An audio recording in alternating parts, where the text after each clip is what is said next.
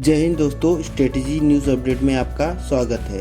यहाँ पर आपको देश दुनिया और पॉलिटिक्स से जुड़ी न्यूज़ अपडेट मिलती रहती है। दोस्तों, चीन के नापाक मंसूबों को करारा जवाब देने के लिए भारत ने पूरी रणनीति तैयार की है, चाहे वो मिशन सागर हो या अफगानिस्तान से वियतनाम तक रक्षा और विदेश नीति हो। भारत अपने पड़ोसी देशों को इंडिया फर्स्ट नज़रिए के लिए राजी कर रहा है। मौजूदा समय में हर लड़ाई जंग के मैदान में बंदूकों और तोपों से नहीं जीती जा सकती है। दोस्तों, आप ये मत समझिए कि हम इकोनॉमी वार की बात कर रहे हैं, बल्कि वर्ल्ड की डिप्लोमेटिक स्ट्रेटजी का बहुत ज़्यादा इम्पोर्टेंस है। भौगोलिक राजनीति के तहत भारत जिस तरह से एशिया के छोटे और अपने पड़ोसी देशों के साथ रिश्ते मजबूत कर रहा है, रणनीति यही है कि चीन के खिलाफ भारत के मिशन में पड़ोसी देशों का समर्थन और साथ मौके पर हर तरह से मिल सके।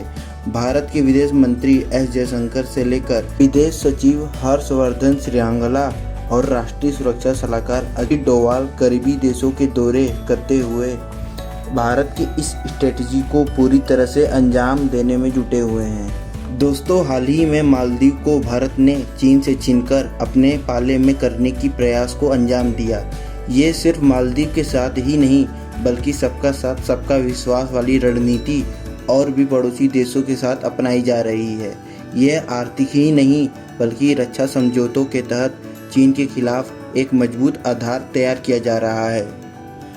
कोविड-19 के दौर में लद्दाख बॉर्डर पर चीन के साथ तनाव की स्थिति बनी हुई थी, तो दूसरी तरफ दोहरा संकट इसलिए पैदा हो गया था क्योंकि लिम्पियू धारा, काला पानी और लिपुलेख क्षेत्रों को अपने नक्शे में दिखाकर नेपाल ने एक तरह से भारत के खिलाफ जाने की नीति जाहिर कर दी थी। चीन के साथ बॉर्डर पर तनाव बढ़ने के बाद से पहली बात भारत के किसी वरिष्ठ अधिकारी के तौर पर श्रृंगला ने हाल में नेपाल का दौरा किया। इस दौरे में एक स्ट्रेटजी के तहत नेपाल को कोरोना से निपटने के लिए मेडिसिन और वैक्सीन के रूप में मदद करने का वादा भारत ने किया है। इसके साथ ही चीन के बेल्ट एंड रोड इनिशिएटिव को जवाब में भारत ने नेपाल में अपने इंफ्रास्ट्रक्चर संबंधी प्रोजेक्टों को और बढ़ाने और निवेश का भरोसा भी नेपाल को दिया है।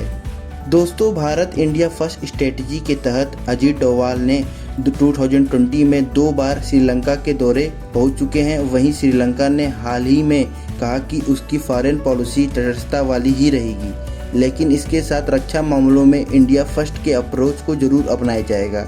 असल में अब तक माना जाता रहा है कि श्रीलंका के रिश्ते चीन के साथ भारत से बेहतर रहे हैं। अब भारत सरकार इस समीकरण को पलटने की कोशिश कर रही है।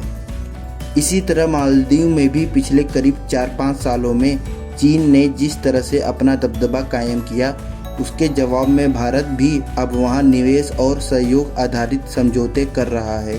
अजित डोवाल के दौरे के बाद भारत ने श्रीलंका और मालदीव के साथ त्रिदेशीय समुद्री सुरक्षा और बातचीत को एक बार फिर हवा दी, जो पिछले 5 सालों से ठंडी पड़ी थी। मालदीव में नई सरकार आने के बाद मालदीव इंडिया फर्स्ट अप्रोच के लिए सहमत नज़र आ रहा है। दोस्तों, आगे बढ़ने से पहले आपसे रिक्वेस्ट है, अगर ये वीडियो आपको पसंद आए तो चैनल को सब्सक्राइब, वीडियो को लाइक ज़रूर करिए। भारत कुछ समय से मिशन सागर पर काम कर रहा है।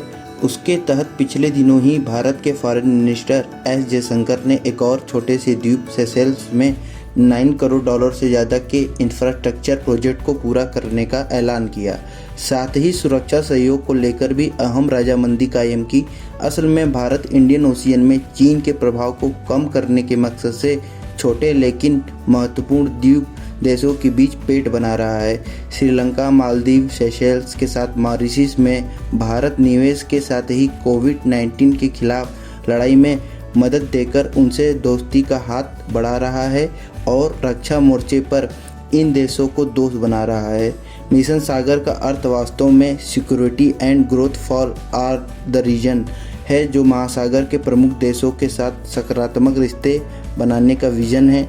आप एक बात ये जान लीजिए कि इन देशों के बीच भारतीय नौसेना का दबदबा बरकरार है। जहां तक चीन के खिलाफ एक नेटवर्क तैयार करने की है, तो ये बात महासागर के द्वीप देशों तक ही सीमित नहीं है। बांग्लादेश, अफगानिस्तान जैसे देश भी इस रणनीतिक दायरे में हैं।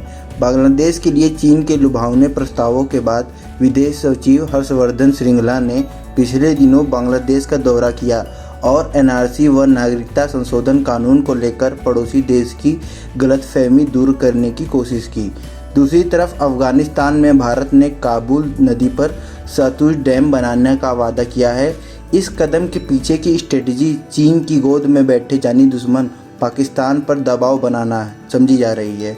दोस्तों, क्वाड देशों की हालिया बैठक के बाद जापान, अमेरिका, ऑस्ट्रेलिया के साथ मिलकर भारत ने चीन के विस्तारवाद से निपटने के लिए नई योजना पर काम कर रहा है। कई न्यूज़ सोर्सेज से आ रही खबरों से साफ है कि हिंद महासागर में चीन के प्रभुत्व को चुनौती देने के लिए भारत अब कमर कस चुका है।